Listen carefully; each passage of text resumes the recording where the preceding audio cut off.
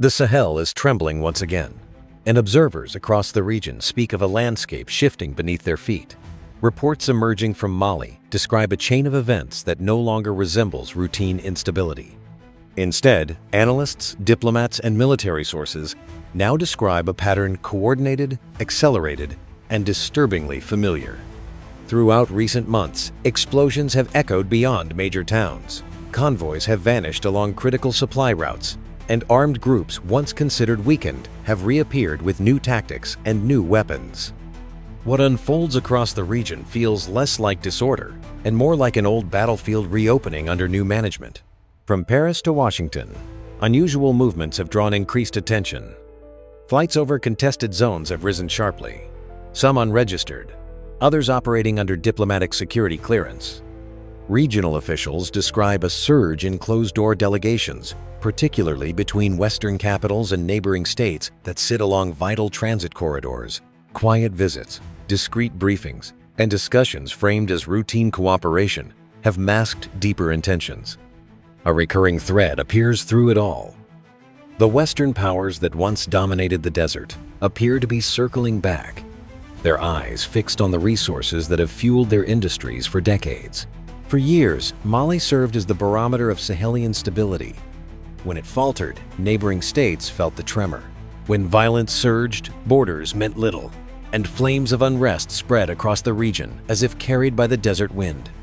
Now the familiar tremors have returned, but the scale and synchronization are sharper than before.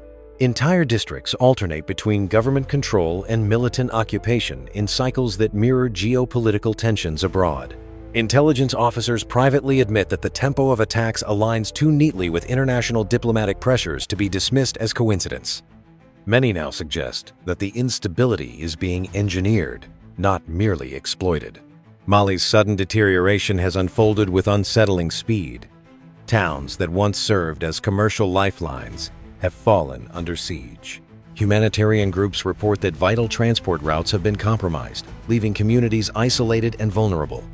Local commanders on the ground describe weapons, unlike those typically looted from small garrisons, far more advanced, far more plentiful. The suggestion that a coordinated supply chain is feeding these groups no longer appears far-fetched. Instead, it is echoed by multiple sources who caution that someone with significant reach, resources, and motive stands behind the reconfiguration of the battlefield. That motive may lie buried beneath the earth.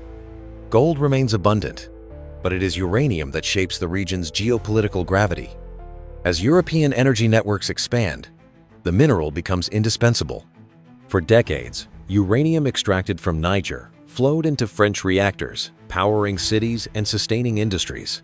But when Niger's new leadership severed ties, revoked concessions, and shifted alliances, the European energy calculus collapsed. Within strategic circles, discussions began of reopening old routes, constructing alternative corridors, or regaining access under new terms, options that require leverage, influence, or instability. Whispers circulating in diplomatic and intelligence communities mention a clandestine initiative, often referred to as an alternative corridor, or in more speculative circles, the uranium corridor. Some documents attributed to this proposal remain unverified, others incomplete. But patterns in diplomatic movements suggest a coordinated effort to reshape the map of resource transit. If Mali's position were weakened, if borders became fluid, if alliances fractured, a new corridor might be achievable. Destabilizing the strongest link could soften the regional stance, making negotiations more favorable to external interests. Yet France is not the sole actor. Thousands of kilometers across the Atlantic, another power has quietly adjusted its posture. After withdrawing personnel from Niger, the United States began repositioning its intelligence and reconnaissance assets along the Gulf of Guinea. Drone flights increased along Mali's western flank. Long-endurance aircraft traced patterns just outside Sahelian airspace, collecting detailed imagery and signals. Official statements describe these missions as routine stabilization efforts, but military analysts recognize them as pre-positioning, a way to maintain influence without direct presence, intervention without physical footprints. These shifts have not gone unnoticed. In villages where memories of foreign intervention are still raw, Elders speak of distant engines in the sky and rumors of powerful hands shaping events. In Bamako, younger citizens read the signs differently. They see the sudden coordination of insurgent attacks, the diplomatic traffic, and the military adjustments as pieces of a larger design. Officers inside military barracks express similar concerns, suggesting that the battlefield itself may be engineered to justify renewed foreign involvement. But unlike in previous decades, the Sahel is no longer divided. As the region's pressure mounted, Mali, Burkina Faso, and Niger formed a coalition unprecedented in their modern history. The alliance, bolstered by a newly structured joint force of roughly 5,000 soldiers, represents a strategic shift that foreign observers had long assumed impossible. It is a force financed and commanded from within the region, built not as a symbolic gesture, but as a statement of sovereignty.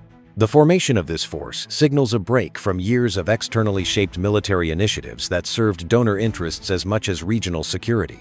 At its center stands a new generation of officers, hardened by years of conflict, disillusioned by the limitations of foreign assistance, and fueled by a rising sense of regional identity. They have adopted a more assertive posture. Their worldview is shaped by lived experience.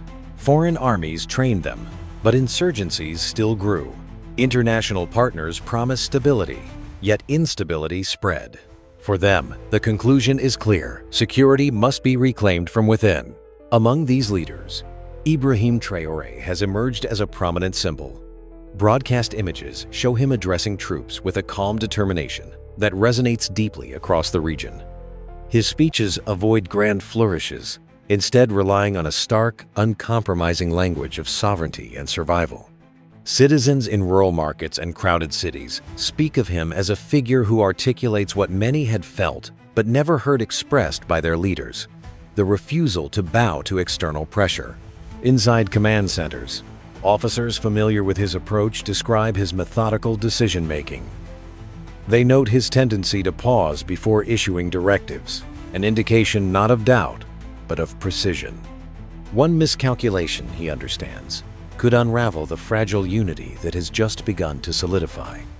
His presence has shaped the new joint force, which emphasizes intelligence sharing, rapid response, desert warfare specialization, and protection against information manipulation. Unlike previous multinational operations tied to donor agendas, this force answers solely to Sahelian capitals. Foreign capitals have reacted with caution, concern, and in some cases, open criticism. Commentators in Europe and the United States describe the new alliance as destabilizing, arguing that it risks isolating the region. But local observers counter that. Nothing has been more destabilizing than decades of external involvement. The joint force, they argue, does not signal aggression. It signals that intervention will no longer be one-sided. Even so, unity is not victory. The political climate grows more volatile as France consolidates military infrastructure in Chad and reinforces key logistical hubs that stretch across Central Africa and toward Atlantic ports. These facilities, once framed as temporary stabilization sites, now resemble permanent platforms positioned for rapid deployment. France maintains that these adjustments are defensive measures, yet analysts warn that the architecture resembles preparations for renewed influence. The United States, though more discreet, maintains an equally strategic posture. Surveillance patterns, intelligence agreements, and quiet partnerships with coastal states now form a web around the Sahelian core. Public narratives call these collaborative efforts stabilizing, but leaked briefings suggest they are contingency plans, blueprints for intervention should a regional crisis be deemed too great a threat to international interests. Information warfare further complicates the landscape. Western media outlets increasingly describe the Sahel as a security vacuum, a failing region, a breeding ground for global threats. Local leaders argue that such narratives are not neutral analyses, but precursors, stories designed to build international acceptance for intervention.